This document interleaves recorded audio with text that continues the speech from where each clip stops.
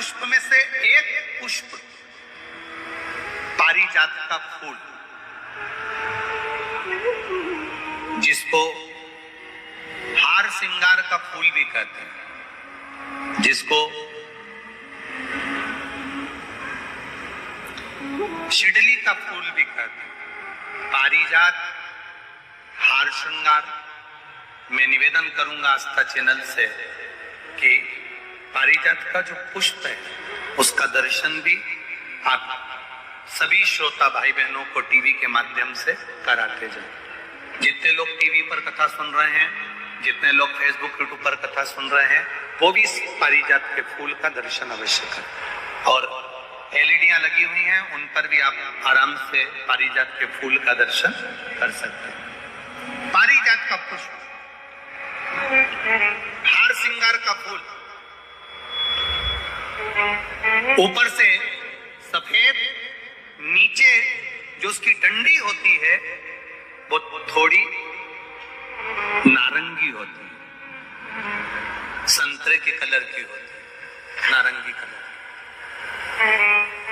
महाराज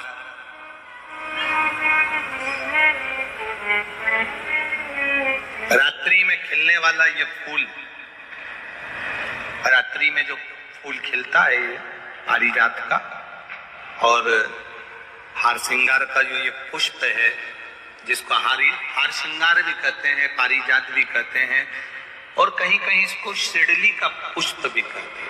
ऊपर से सफेद होता है, नीचे उसकी जो डंडी होती है वो नारंगी कलर की होती है। शिव कथा कर रही,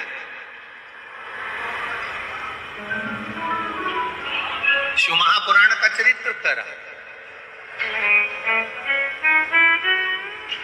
जिस समय पर संतान की प्राप्ति नहीं होती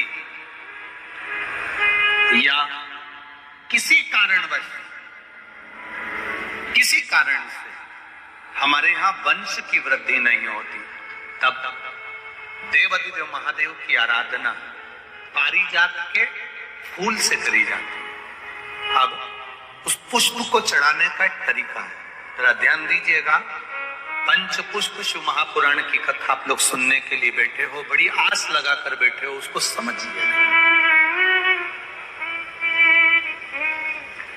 पारिजात का जो फूल शिव जी को चढ़ता है, भगवान देवाधिदेव महादेव को चढ़ता है, जैसे ये शिवलिंग है, मान लो ये शंकर भगवान का शिवलिंग है, ये जलाधारी है, ये जल नीचे गिरने का स्थान। आप लोगों ने पहले कथा सुनी है ना सबने, आपको सबको मालूम होगा। राइट में गणेश जी का स्थान, लेफ्ट में कार्तिकेय का स्थान, बीच में अशोक सुंदरी की जगह। जहां पर ये शिवलिंग रखा है वो माता पार्वती जी का हस्त कमल है। शिवलिंग के रूप में, शंकर भगवान के रूप में ये शिवलिंग है।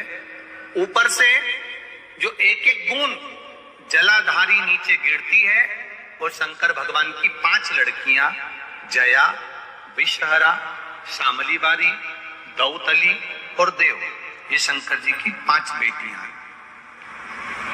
वंश वृद्धि के लिए, कार्य सिद्धि के लिए, वैभव प्राप्ति के लिए, या अपने हृदय की सुख समृद्धि के लिए, संतान प्राप्ति के लिए पारिजात हार श्रृंगार के फूल की शिव जी को आराधना होती है। हार श्रृंगार का जो पुष्प होता है, अशोक सुंदरी वाली जगह पर हम पारिजात के पुष्प को समर्पित करते हैं। उसकी डंडी का जो मुख है वो शिवलिंग की ओर होता है जब अपन अशोक सुंदरी पर चढ़ाते हैं, और फूल का मुख इधर होता है। वापिस उसी पारिजात के पुष्प को उठाकर हम माता पार्वती जी के हस्त कमल पर, जो गोल हस्त कमल है, वहां समर्पित करते हैं। उस जगह पर माता पार्वती जी की ओर से जो पुष्प समर्पित किया जाता है, उसकी डंडी पारिजात की हमारी ओर होती है, पुष्प का मुख महादेव की ओर होता है। तीसरी जगह, जब हम पारिजात के पुष्प को अशोक सुंदरी पे से उठाकर जगत जननी के हस्त कमल पर रखते हैं, हस्त कमल पे से उठाकर देवाधिदेव महादेव के शिवलिंग पर रखते हैं, उस समय पर पारिजात के पुष्प की डंडी शिवलिंग के ऊपर होती है और फूल का मुख अपनी ओर होता है। इस जगह पर पारिजात के पुष्प की डंडी के केसर से ही महादेव को त्रिपुंड लगाया जाता है और महादेव से प्रार्थना करी जाती है। अब पारिजात के फूल का केसर कैसे बनाना है वो भी एक बार आप लोग अच्छे से समझे। जैसे मान लो अभी पारिजात का तो फूल यहाँ पर नहीं है, पर आप टीवी पर दर्शन कर रहे होंगे। पारिजात पुष्प की जो पीछे की डंडी होती है, फूल सफेद और पीछे जो डंडी होती है नारंगी कलर की, केसरिया कलर की, उसको तोड़ लिया जाता है। तोड़कर ऐसी 25-50 फूल की पीछे की डंडी को तोड़कर उसको रख दिया जाता है। उसको धूप में नहीं सुखाते, केवल घर में उसको एक कटोरी में या थाली में रख दो, वो धीरे धीरे सूख जाएगा। सूखने के बाद उसको पीस लो, पीसकर उसका चंदन तैयार हो जाएगा पारिजात फूल की उस डंडी का। और जिस समय वंश के लिए, सिद्धि के लिए, कार्य सिद्धि के लिए या वैभव प्राप्ति के लिए हम पारिजात का पुष्प देवादिदेव महादेव को समर्पित करते हैं, उस समय इसी को पानी में घोलकर देवादिदेव महादेव को जब आप लगाएंगे तो जैसे केसर घुलती है, केसर का जैसे कलर होता है, केसर जैसी सुगंध करती है, वैसे की वैसे ही ये पारिजात की जो डंडी आप लोगों ने सुखाई है, वही डंडी का जो चंदन बनाया है, शिव जी को लेपन करा है, उस समय पर अपने हृदय की बात आपने जो देवादिदेव महादेव को कही है, बस वही सुगंध हमारे जीवन में आना प्रारंभ हो जाती है। वो पारिजात हार श्रृंगार।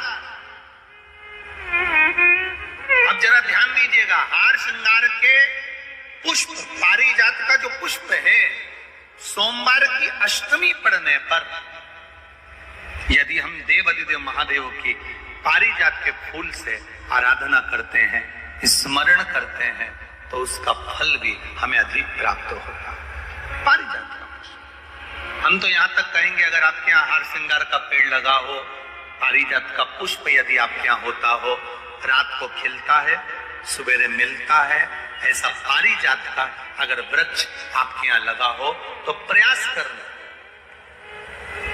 12 महीने शिवरात्रि आती है, बोलो आती कि नहीं आती? आती है ना 12 महीने। 12 महीने शिवरात्रि आती है। कैलेंडर पर एक गोला बनाकर रख देना कि हमको ये शिवरात्रि आई है, हर महीने की शिवरात्रि तुम्हारे ध्यान में रहेगी। एक पारिजात का पुष्प, हार श्रृंगार का पुष्प एक अगर देवादिदेव महादेव को आपने चढ़ाना चालू कर दिया, समर्पित करना प्रारंभ कर दिया, तो आपको पीछे पलट कर देखने की जरूरत नहीं पड़ेगी, महादेव हाथ पकड़ ही लेगा। पारिजात का पुष्प शिव को समर्पित।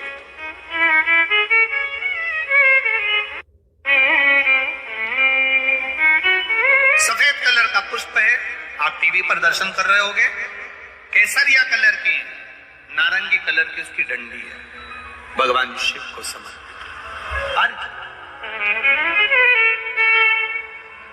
जब हम देवादिदेव महादेव को जल समर्पित करते हैं, भगवान शंकर को जब हम जल चढ़ाते हैं, उस समय पर भी भगवान को अगर तुम्हारे पास में थोड़ा सा पारिजात की जो डंडी है सुखाई है, आपने पारिजात फूल के नीचे की जो डंडी है उसको तुमने सुखाकर अगर चंदन बनाया है, तो वो चंदन आप प्रतिदिन भी देवादिदेव महादेव को समर्पित कर सकते हो। पारिजात पुष्प। एक बात और हमारे स्मरण में रहे,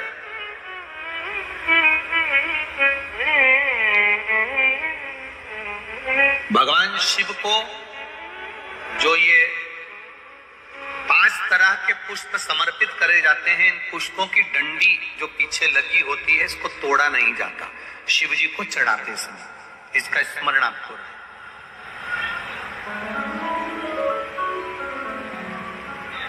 3 शिवालय ऐसे हैं जहां पर पारिजात के पुष्प को समर्पित कर देने से भगवान शंकर को अगर पारिजात का पुष्प समर्पित किया जाता है तो मनवांछित फल की प्राप्ति होती है। पहला, मां नर्मदा से निकला हुआ कंकर नर्मदेश्वर महादेव। अगर कहीं नर्मदा जी के कंकर से शिवलिंग बना हुआ है तो मां नर्मदा के शिवलिंग पर पारिजात का पुष्प समर्पित होता है। दूसरा, जो शिवालय एकांत में हो,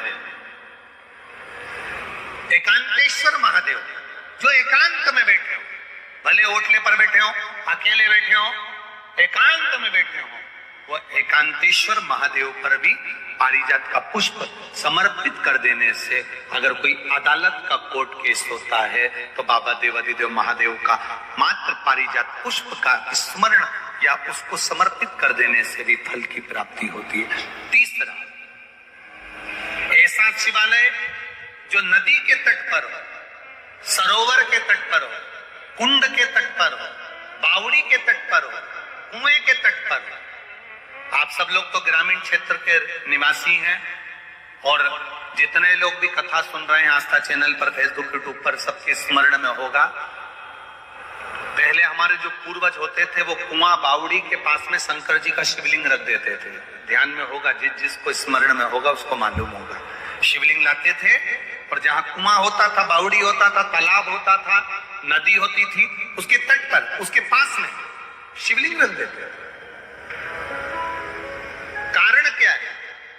किसी जलाशय, कुआं, बावड़ी, तालाब, नदी, सरोवर, इसके पास में जो शिवलिंग होता है उस शिवलिंग को बहुत सिद्ध करने की जरूरत नहीं होती।